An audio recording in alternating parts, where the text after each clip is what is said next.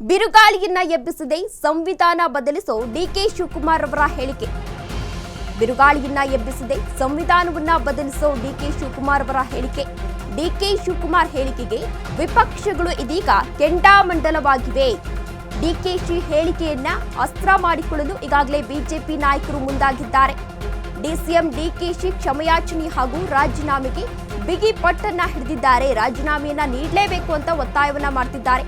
ಡಿಕೆಶಿ ಹೇಳಿಕೆಯನ್ನ ವಿರೋಧಿಸಿ ರಾಜ್ಯಾದ್ಯಂತ ಹೋರಾಟಕ್ಕೆ ಪ್ಲಾನ್ ಅನ್ನ ಕೂಡ ಮಾಡಿಕೊಳ್ತಾ ಇದ್ದಾರೆ. ಡಿಸಿಎಂ ಡಿಕೆ ಶಿವಕುಮಾರ್ ಅವರು ಸಂವಿಧಾನದ ವಿಚಾರವಾಗಿ ಒಂದು ಹೇಳಿಕೆಯನ್ನ ಕೂಡ ನೀಡಿದ್ರು. ಆ ವಿಚಾರಕ್ಕೆ ಸಂಬಂಧಪಟ್ಟಂತೆ ವಿಪಕ್ಷದ ನಾಯಕರು ಇದೀಗ ಕೆಂಡಾಮಂಡಲವಾಗಿದ್ದಾರೆ, ಆಕ್ರೋಶವನ್ನ ಕೂಡ ವ್ಯಕ್ತಪಡಿಸುತ್ತಿದ್ದಾರೆ. ಡಿಕೆಶಿ ಹೇಳಿಕೆಯನ್ನೇ ಅಸ್ತ್ರ ಮಾಡಿಕೊಳ್ಳಲು ಬಿಜೆಪಿ ನಾಯಕರು ಕೂಡ ಈಗಾಗಲೇ ಮುಂದಾಗಿದ್ದಾರೆ. ಡಿಸಿಎಂ ಡಿಕೆಶಿ ಕ್ಷಮೆಯಾಚನೆಯನ್ನ ಮಾಡಬೇಕು, ರಾಜೀನಾಮೆಗೆ ಒತ್ತಾಯವನ್ನ ಕೂಡ ಮಾಡ್ತಿದ್ದಾರೆ. ಆದಷ್ಟು ಬೇಗ ಡಿಕೆ ಶಿವಕುಮಾರ್ ಅವರು ರಾಜೀನಾಮೆಯನ್ನ, ನೈತಿಕ ಹೊಣೆಯನ್ನ ಹೊತ್ತು ರಾಜೀನಾಮೆಯನ್ನ ನೀಡಲೇಬೇಕು ಎಂಬ ಒತ್ತಾಯವನ್ನ ಕೂಡ ಮಾಡ್ತಿದ್ದಾರೆ. ಇನ್ನು ಇದೇ ವಿಚಾರಕ್ಕೆ ಸಂಬಂಧಪಟ್ಟಂತೆ ಈಗಾಗಲೇ ಏನು ವಿಪಕ್ಷದ ನಾಯಕರು ಇದ್ದಾರೆ, ಬಿಜೆಪಿಯ ನಾಯಕರು, ಸಾಕಷ್ಟು ನಾಯಕರು ಈ ವಿಚಾರಕ್ಕೆ ಸಂಬಂಧಪಟ್ಟಂತೆ ಇದೀಗ ರಾಜ್ಯಾದ್ಯಂತ ಹೋರಾಟವನ್ನ ಮಾಡಲು ಕೂಡ ಈಗಾಗಲೇ ಪ್ಲಾನ್ ಅನ್ನ ಮಾಡ್ಕೊಳ್ತಾ ಇದ್ದಾರೆ.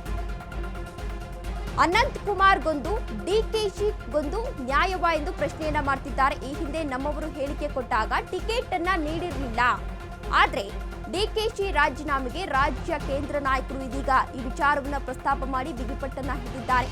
ಡಿಕೆಶಿ ಕ್ಷಮೆ ಕೇಳುವವರೆಗೂ ಮುಕ್ತವಾಗಿ ಓಡಾಡೋಕೆ ನಾವು ಬಿಡೋದಿಲ್ಲ.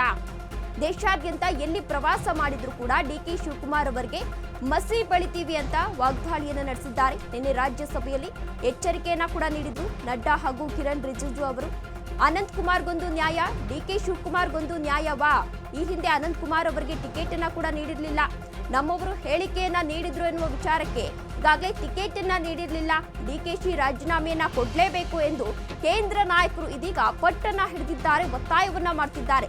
ಡಿಕೆ ಶಿವಕುಮಾರ್ ಅವರು ಕ್ಷಮೆ ಕೇಳುವವರೆಗೂ ಮುಕ್ತವಾಗಿ ಓಡಾಡೋಕೆ ನಾವು ಯಾವುದೇ ಕಾರಣಕ್ಕೂ ಬಿಡಲ್ಲ. ದೇಶಾದ್ಯಂತ ಎಲ್ಲಿ ಪ್ರವಾಸ ಮಾಡಿದ್ರು ಕೂಡ ಡಿಕೆ ಶಿವಕುಮಾರ್ ಅವರಿಗೆ ಮಸಿ ಬೀಳುತ್ತೀವಿ ಅಂತ ಒತ್ತಾಯವನ್ನ ಮಾಡ್ತಿದ್ದಾರೆ. ನಿನ್ನೆ ರಾಜ್ಯಸಭೆಯಲ್ಲೂ ಕೂಡ ಈ ವಿಚಾರವನ್ನ ಪ್ರಸ್ತಾಪ ಮಾಡಲಾಗಿತ್ತು.